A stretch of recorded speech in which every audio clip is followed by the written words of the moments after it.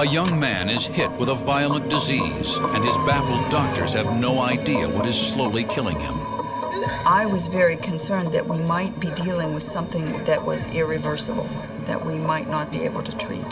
The strange symptoms torture the man with unimaginable pain. Pain was just so unbearable. You couldn't even touch him. His doctors struggle to unravel the mystery of his strange disease before it destroys their patient.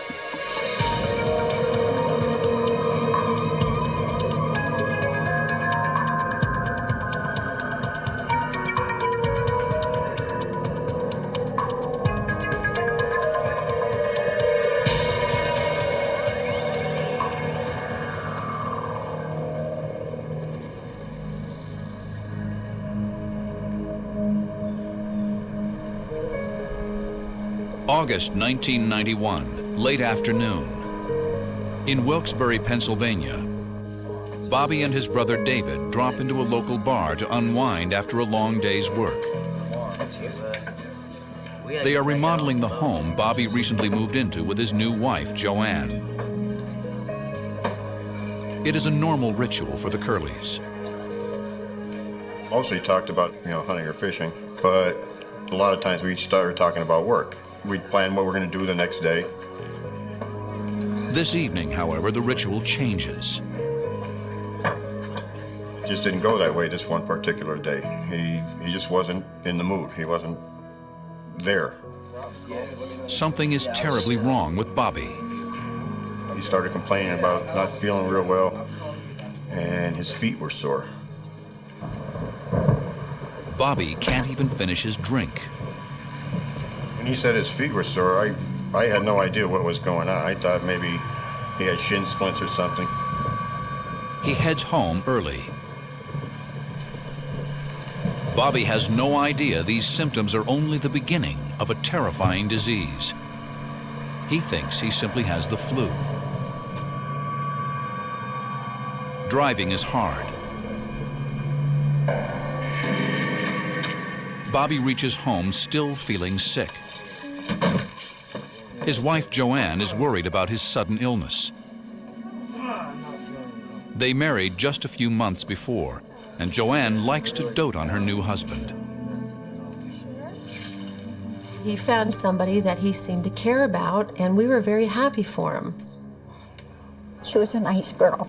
Bobby always said, "Mom, I'm going to find somebody just like you." Yeah. So he brought Joann home. We liked her. Bobby tells Joann he's going straight to bed. Maybe some sleep will make him feel better.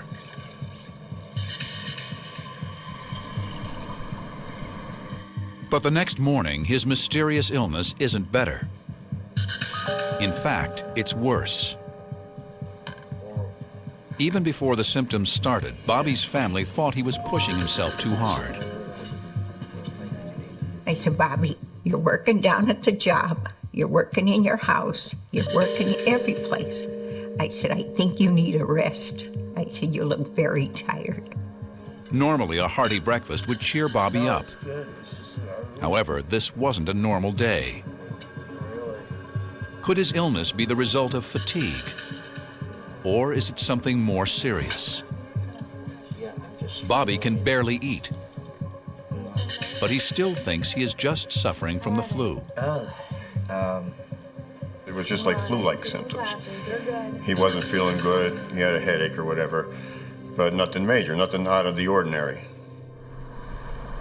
A few days later, Bobby visits his family doctor. He explains that his wife and daughter have recently been ill with the flu, and he suspects he has the same. His doctor agrees, but he can't explain why Bobby has pain and numbness in his hands and feet. But this is one flu virus that won't go away. I feel horrible. Day after day, Bobby Curley's health deteriorates. He didn't know what was happening. He just didn't feel right. Look, And his extremities were starting to hurt. His feet, his hands were starting to hurt. I mean, very much. What kind of flu could make his hands and feet ache? He didn't know what was happening to him. he's getting worse and worse and didn't know what it was. Within weeks, Bobby's mysterious illness escalates. Crushing pain grips his chest. Joann rushes to Bobby's aid. But as quickly as it came on, the pain subsides. Bobby collapses on the couch while Joann brings him his favorite drink, iced tea. The strange attack is over, but Bobby is scared. He calls a co-worker. Bobby asked me what it felt like to have a heart attack because I had one previously. I told him, well, you feel like there's tightness in your chest and you have pains in your arm. Well, Bobby said he didn't have any of those symptoms. He just felt like he was on fire and his feet hurt him and his hands were hurting him and he had excruciating pain when he was walking. No, I mean... Soon, the mysterious burning in Bobby's arms and legs is so intense, Joann panics. She must get him to the emergency room. Bobby described the pain to me as when your arms and legs fall asleep. It has the pins and needles. He said, just imagine that about 100 times worse. The pain was just so unbearable. You couldn't even touch him. He would just cry with the pain. Bobby feels like his own body is attacking itself. What could be causing this intense pain?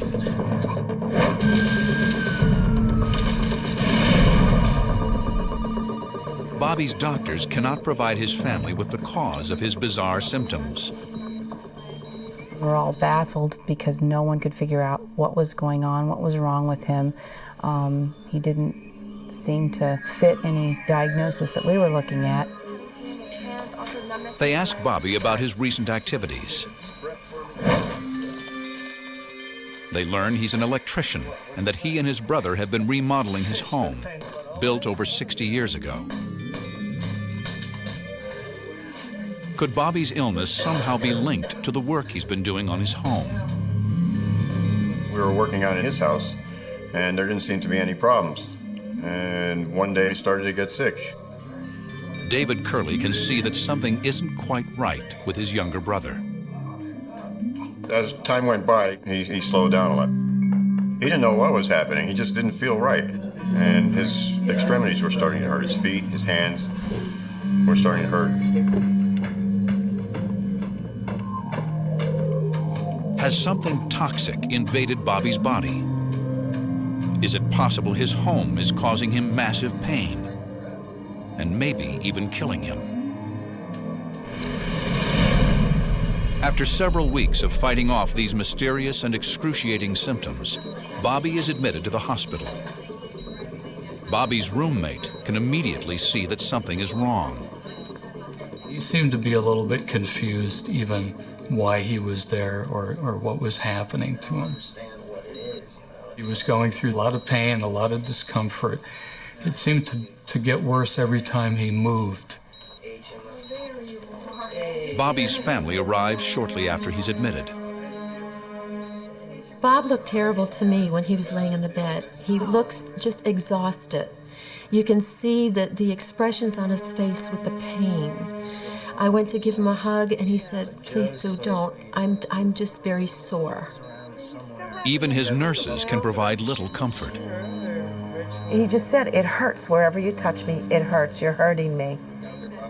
As his family struggles to come to terms with this mysterious illness, the strain of being sick is also taking its emotional toll. Bobby was very frustrated. He said, "Sue, they don't know what's wrong with me. What's going to happen to me?" Doctors finally come up with a tentative diagnosis. They have some good news for you. The doctors really had no positive indication of what actually was attacking Bobby. They thought it was Guillain-Barré, but they weren't even sure that it was that. Guillain-Barré is a rare and sometimes life-threatening disorder in which the body's immune system attacks the nervous system. To confirm this diagnosis, a doctor performs a spinal tap. While he had the spinal tap, they had the curtain drawn, so I really didn't see what was happening. But I remember them telling him that he had a certain number of hours that he could not move or he could not sit up. So I was talking to him and reminding him, be careful how you move, don't sit up, you don't want to get the headache that they talked about.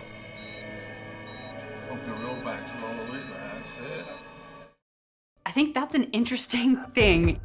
This one piece will make 52 layers. Watch on mobile devices or the big screen. All for free. No subscription required.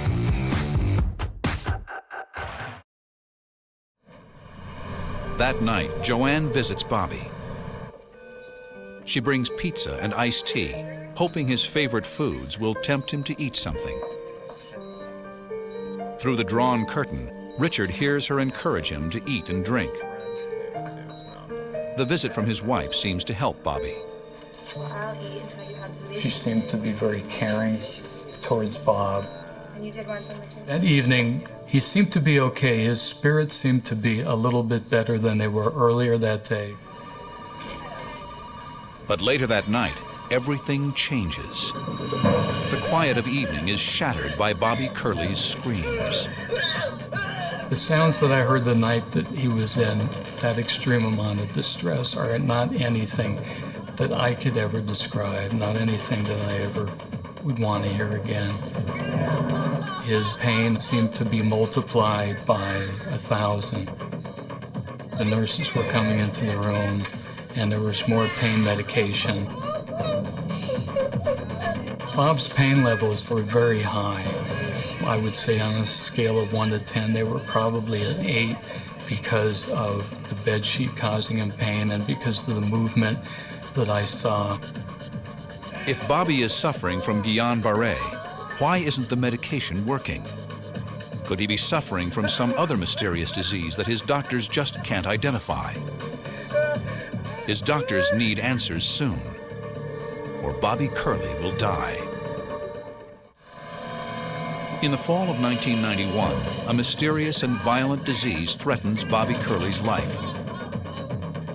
Doctors suspect and treat for Guillain-Barré syndrome. His family hopes that with this diagnosis, Bobby's doctors will finally help him get better. But Bobby's family finds him in excruciating pain. Why isn't the medication for Guillain-Barré working? Everything makes the pain worse. Oh, Mom, he said, I'm in so much pain. He said, please don't even touch me. For several days, Bobby doesn't get better.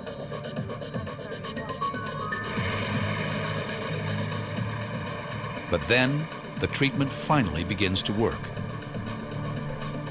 The medication for Guillain-Barré takes effect, and Bobby is released from the hospital. But his family believes he has not completely recovered. When Bobby was discharged from the hospital, we were all just frustrated because we didn't know what was wrong or what kind of treatment was going to happen. Susan's instinct proves correct. Within days of his release, Bobby suffers another mysterious attack. When we went to the house to visit Bobby, he was in bed and he could hardly maneuver. We literally had to carry him to the bathroom. That scared us. That's when we said something really has to be done here.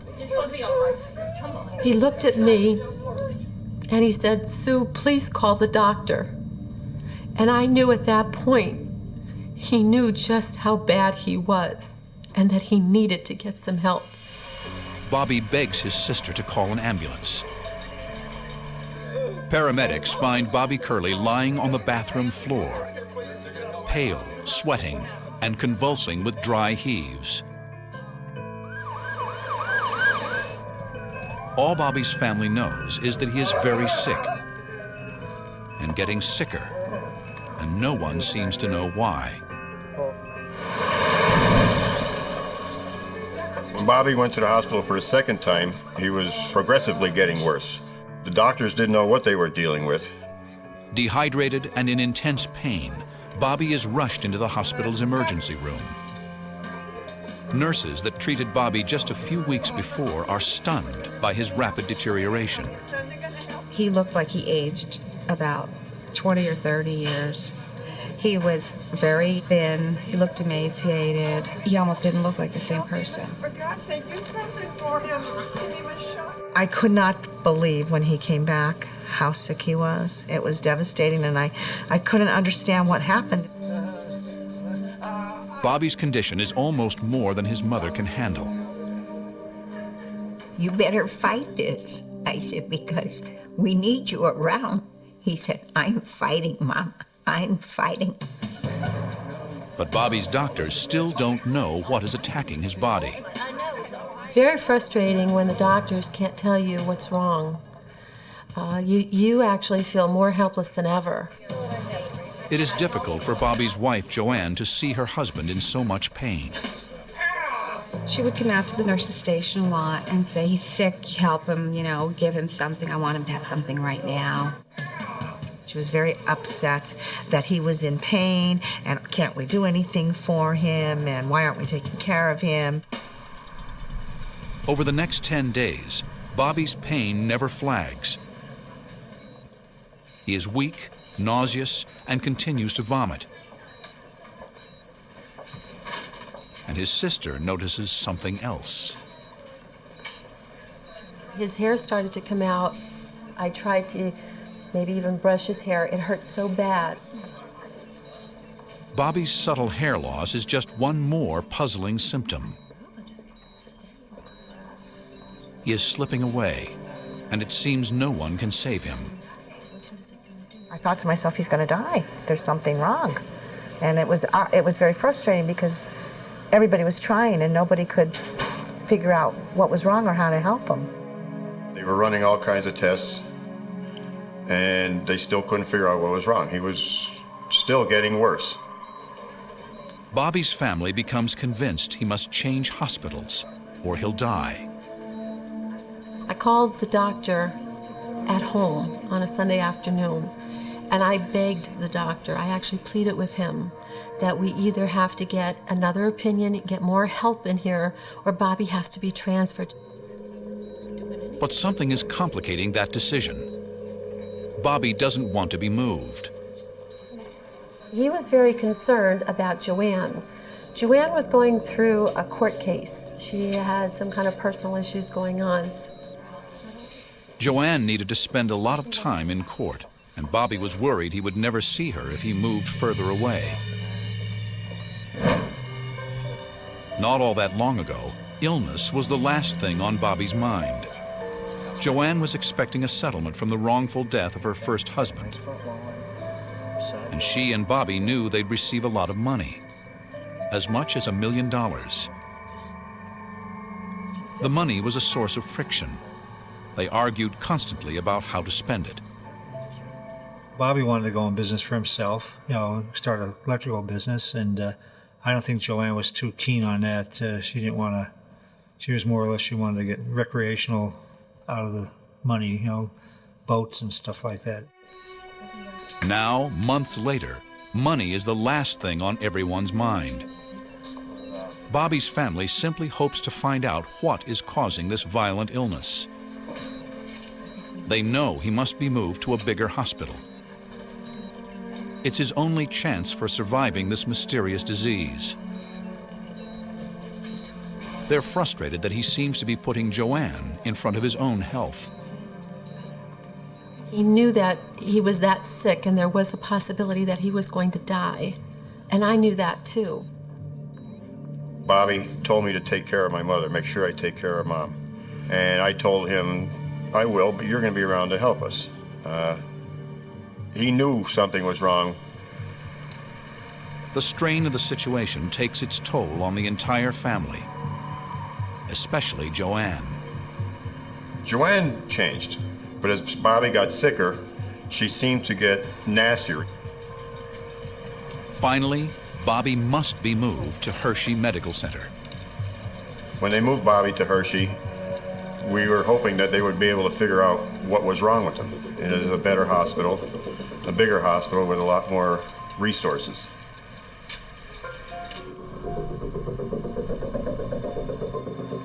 Though unsure of what is to come, the move gives the family hope.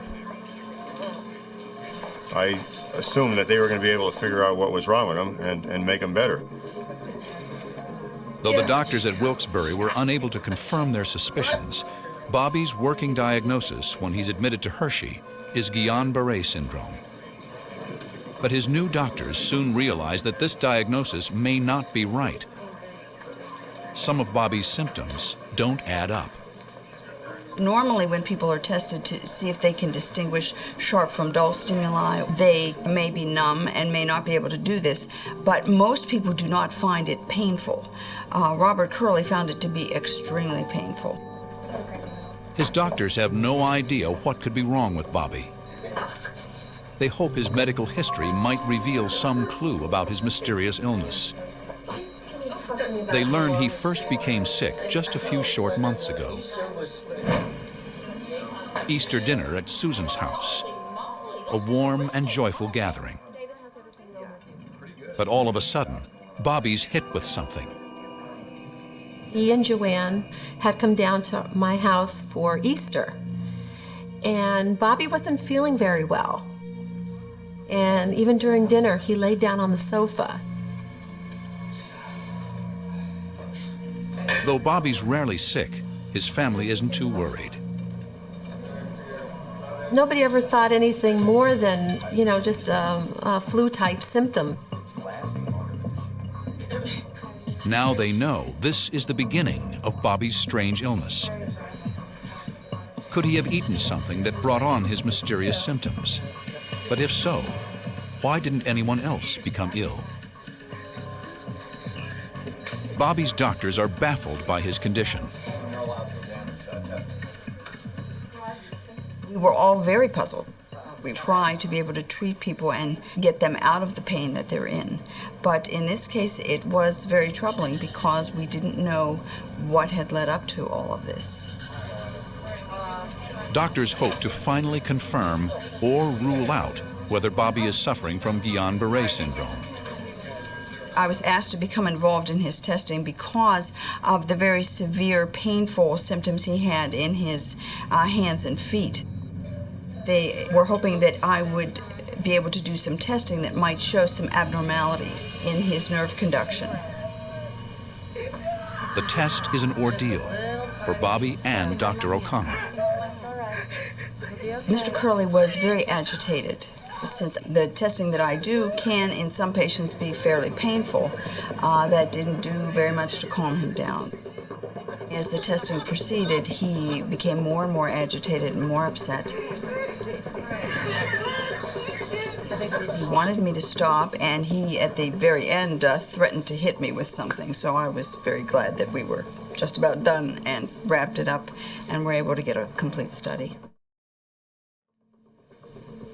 The results of the test perplex Bobby's doctors. The test helps to show if there has been nerve damage. And if there has been nerve damage, it helps to show just how severe it is. Dr. O'Connell finds some abnormalities, Yes. but not enough of an explanation for why Bobby is in agony. And then you can... What then is attacking Bobby Curley? Not knowing frustrates the doctors. It was very difficult to see Mr. Curley in so much pain, particularly when we didn't know what caused it. And we didn't know at that point what we could do about it. What the doctors do know is that Bobby Curley does not have Guillain-Barré syndrome. Guillain-Barré is a condition which can develop usually starting with motor weakness in the feet and gradually working upwards. There can be some sensory symptoms at the beginning of an attack of Guillain-Barré, but usually it's relatively minor numbness, not that much pain. But Bobby experiences numbness, pain, and tingling all over his legs. If Guillain-Barré isn't the cause of Bobby's bizarre symptoms, what is slowly killing him? Aside from Guillain-Barré syndrome, some of the other things that we were thinking that might have caused this very painful neuropathy, one cause is diabetes. But his doctors soon rule out this possibility. Find out if there's any environment. They seem to be at a dead end. Could Bobby's mysterious symptoms be linked to his frequent trips into the woods? My brother Bob was probably my best friend. We hunted together, fished together. We used to go to Canada together all the time. Could something have happened on a recent fishing trip to the Canadian woods that caused the onset of Bobby's illness? Something small, something unnoticed at the time.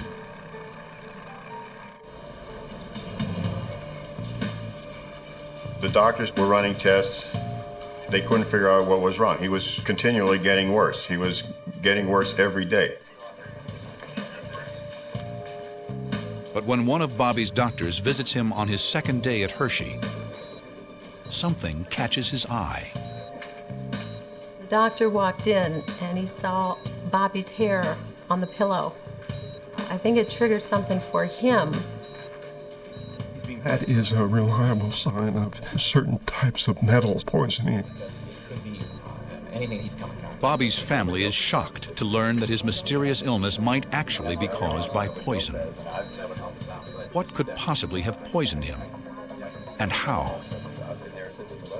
It would have to be a selective poison, something that injured the sensory nerves, also something that could cause hair loss. Dr. Brennan asks Bobby's family for help. What sorts of things could Bobby have come into contact with that could have poisoned him? He was working, helping somebody in their attic. We brought insulation. He smoked a pipe. They brought his pipe, his hairbrush, his comb, anything at all like that that might have something on there.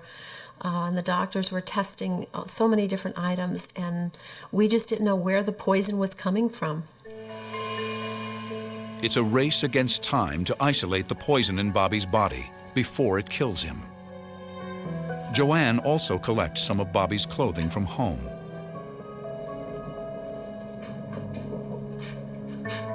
David does his part also. Anything to help his brother get well.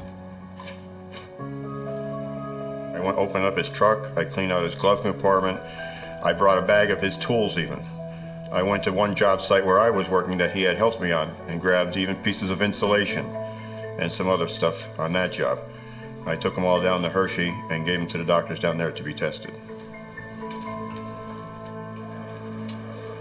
Along with the things the family is delivering, doctors take samples of Bobby's blood and urine to be tested, all in an effort to pinpoint the poison that is rapidly destroying him.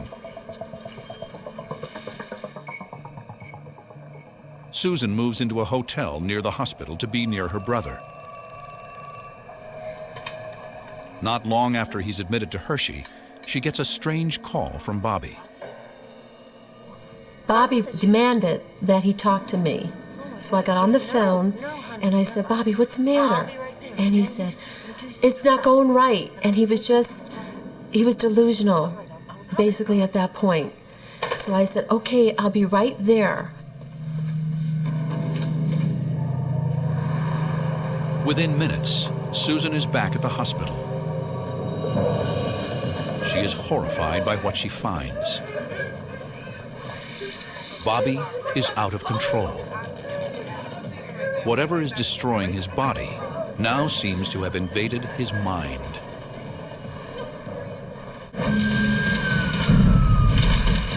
There is poison in Bobby Curley's system. It is racking his body and clouding his brain. You could see the tears in his eyes with the pain, and he tried to be so strong and fight it. But what kind of poison is slowly killing him, and how did it get into his body? Could Bobby's job be to blame? Before he was hospitalized, he was helping to renovate a chemistry lab at a local university. When we were down working in the labs, we came in contact every day, all day long, with their chemicals. Could this be the source of Bobby's illness?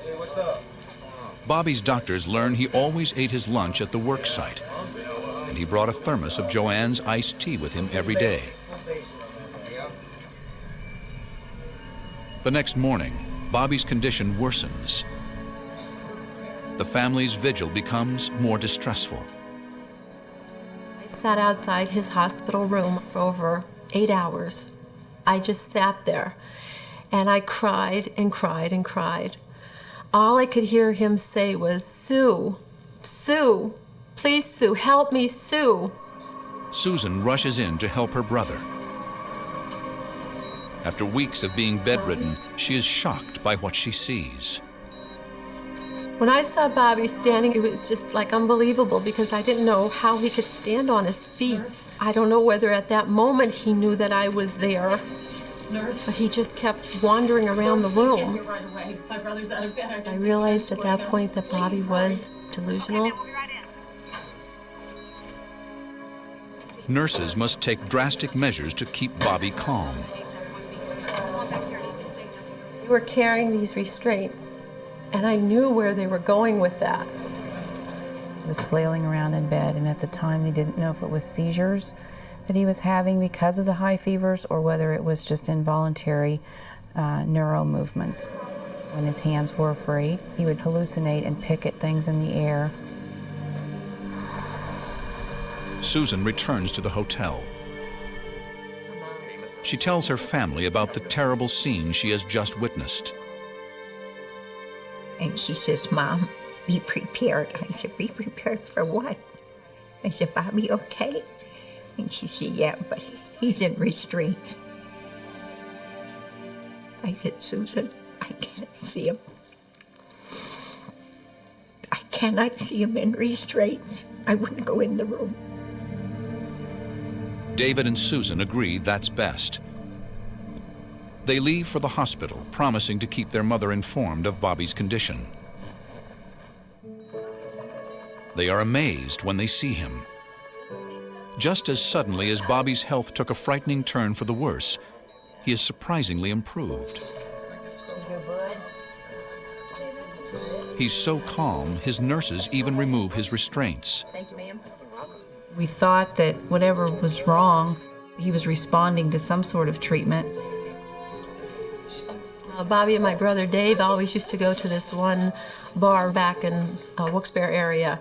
So when David had come down, he even brought Bobby a baseball cap from the bar, and we had it on Bobby. We all kind of kid around and stuff like that. So we were trying to have a good time with him. When I brought the pizza and soda back, we were having a fairly good time. Bobby was happy, seemed to be enjoying the pizza, which was good because he wasn't eating at the time.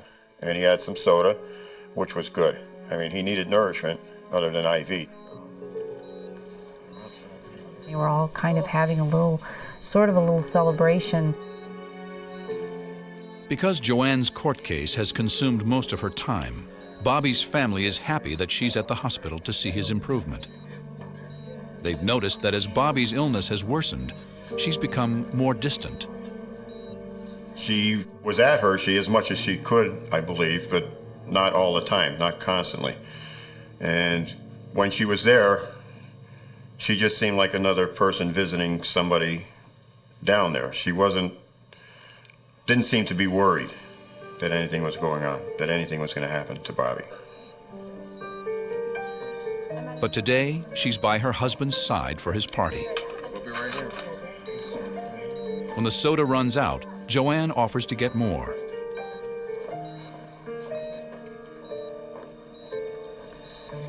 By the time Joann gets back from the soda machine, the family has decided it's time to end the pizza party so that Bobby can rest.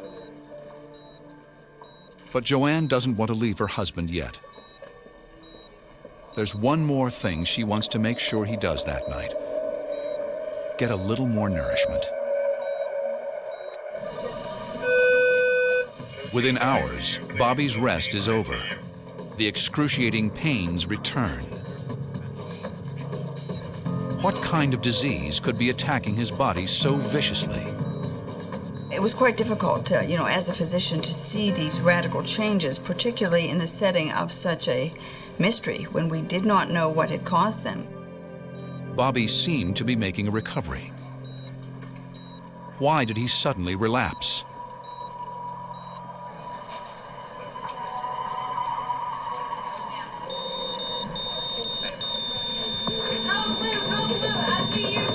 The next morning, Bobby suffers a cardiac arrest. His doctors and nurses race to save his life. They couldn't seem to get a rate and a rhythm back. He was defibrillated several times. He had this high fever. He wasn't responding to any medications. They are able to save him, but Bobby barely regains consciousness. Doctors have no idea what's attacking Bobby's body. They must solve the mystery, and fast, or Bobby Curley will die. Bobby Curley has suffered an agonizing and debilitating illness. His doctors suspect poison has been slowly killing him for months. Bobby made a slight recovery, but immediately relapsed. Much depends on confirming doctors' initial suspicions that Bobby had poison in his system. His doctors consult with a toxicologist on their perplexing case. We suspected that it was either arsenic or thallium poisoning. We couldn't confirm that, however, until we saw the results of the urine thallium test, which had been sent to a toxicology reference laboratory. The wait for lab results, though not long, seems endless for Bobby's family. When they come back, his doctors are amazed by the results. They confirmed that he had very large amounts of thallium in his body. Thallium is a heavy metal found naturally in the environment in small amounts. It was once used to exterminate rodents, but was banned for that purpose years ago. It certainly is not something you see every day because it's been so long since thallium was used commercially.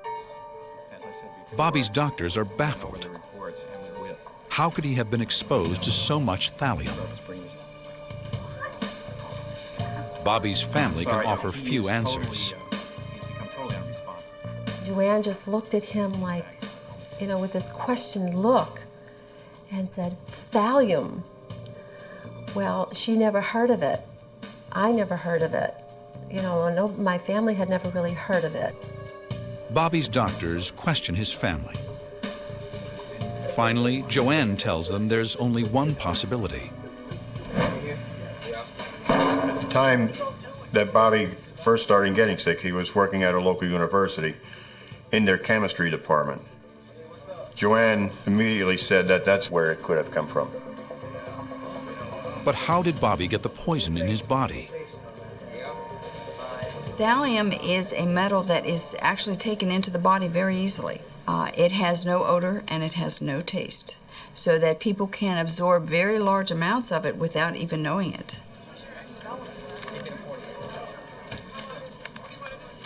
Thallium poisoning can occur just by touching it, breathing it in, or by ingesting it. Could Bobby have been accidentally exposed at work? Are his co-workers also affected? Occupational Safety and Health Administration investigators descend on the lab. They find 5 containers of thallium in a storeroom. But when the investigators find that the containers haven't accidentally leaked and that the rest of the lab is clean of the toxic poison, his family fears the worst.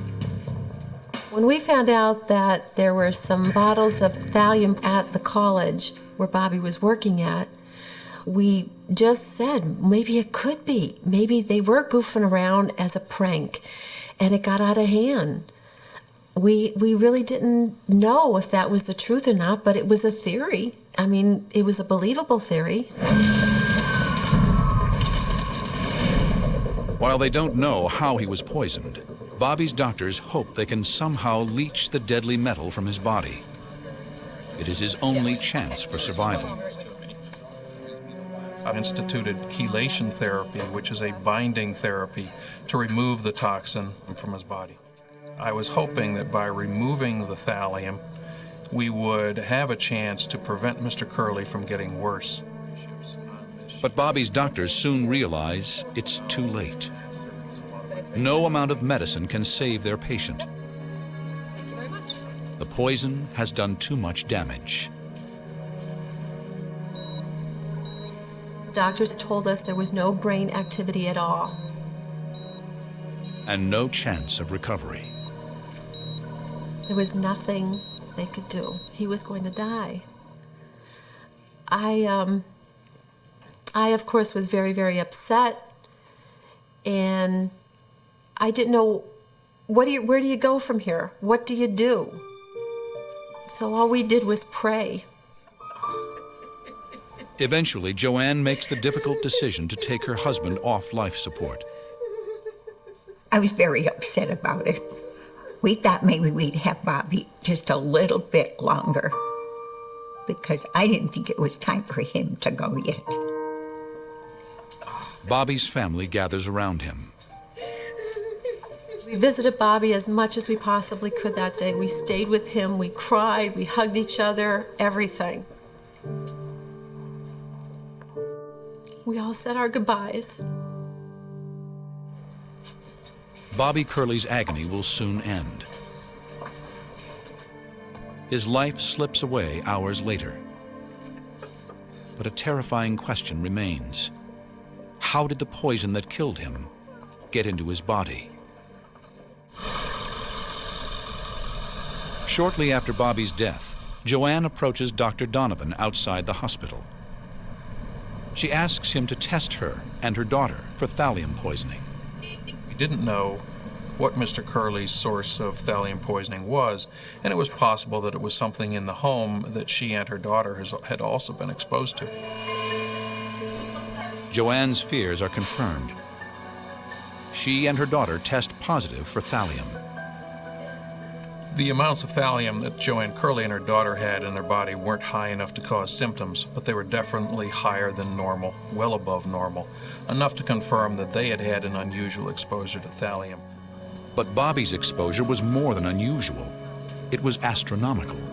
How did the enormous amount of thallium that killed Bobby Curley get into his system? Was it an accident or a prank gone wrong? Or was it murder? Could someone want to poison the entire Curley family? After months of torturous suffering, Bobby Curley is dead of thallium poisoning, but no one knows how or why. I needed to know who did this to my brother. I felt that Bobby was actually tortured.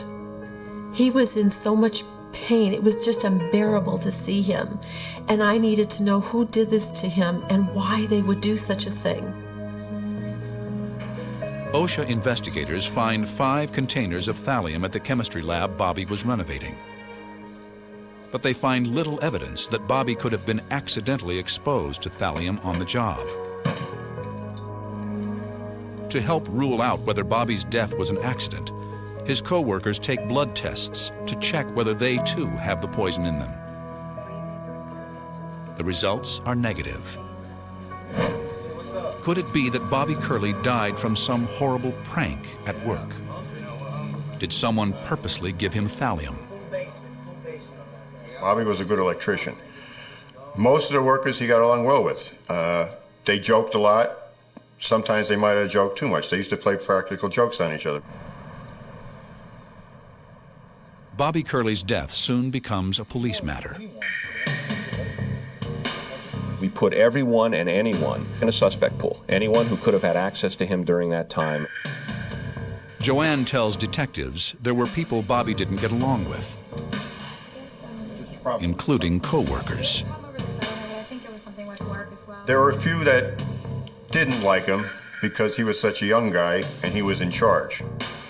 She also gives them some items related to Bobby's work, his clothes, a backpack, and the thermos he took to the job every day.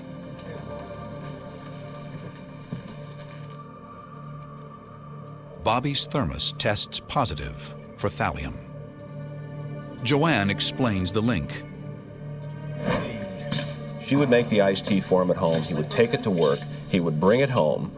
She would save any unused iced tea and consume some with him at dinner time. This linked the source of thallium, potentially a co-worker who would have placed it in his thermos, and also provided an explanation as to her potential exposure. Investigators uncover 2 more thermoses, and one tests positive for thallium. But one of Bobby's co-workers tells police that he doesn't recall Bobby bringing either of them to work. Only the red and white one filled with Joann's iced tea. If Bobby wasn't exposed at the chemistry lab, where did the deadly poison come from? Investigators test Bobby and Joann's home, looking for any signs of thallium. A spot in the basement comes up positive for the poison. It's very difficult to find thallium. It was banned quite a few years ago, and so it's only found in old rat poisons and in chemistry labs or in the industry. Rat poison was used by tenants in the 1960s who rented the house from Joann's grandmother. Could Bobby's own home somehow be the culprit? Investigators send samples of Bobby's hair to a forensics expert for testing. This time, they need more detailed information. They hope knowing when Bobby Curley was poisoned will help pinpoint how it happened. What you can find out with the hair is when the poison was administered. You can take a small piece of hair that's right at the root, and you see what's happened just a few days ago. You take it at the tip. In this case, it was a 19-centimeter tip. It's basically what happened just about a year earlier, what was happening then. And by sectioning it and analyzing each of the sections, we were able to construct a timeline. Whoever poisoned Bob Curley was able to do so over a long period of time and to specifically target him and his food and drink.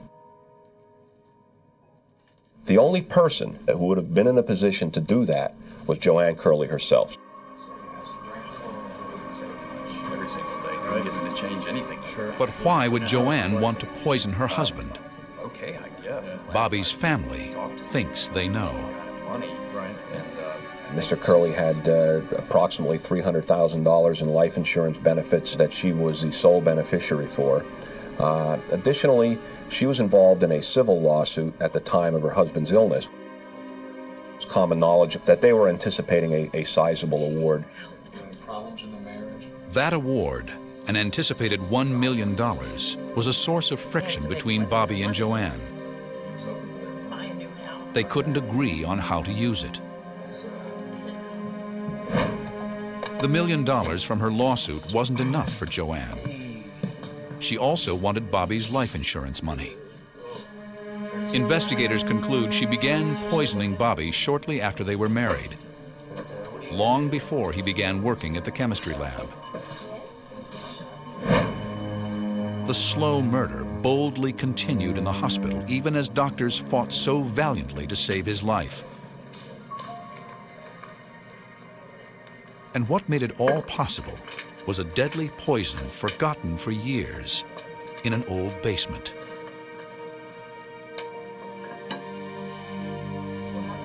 Joann Curley discovered the thallium poison, so she put some of it in an envelope and got rid of the rest. Thallium in salt form is a very effective rat poison, but it's also very effective against people. Tasteless, odorless, and deadly, thallium was mixed into his iced tea over and over. While it appeared Joann was being a loving wife, she was, in fact, ensuring a horrible death for her husband. After suffering through the agony of Bobby's last days, all his family has left are memories. She didn't have to do that. Bobby was a good husband and a good father to her daughter. She just took something away from us that was very precious.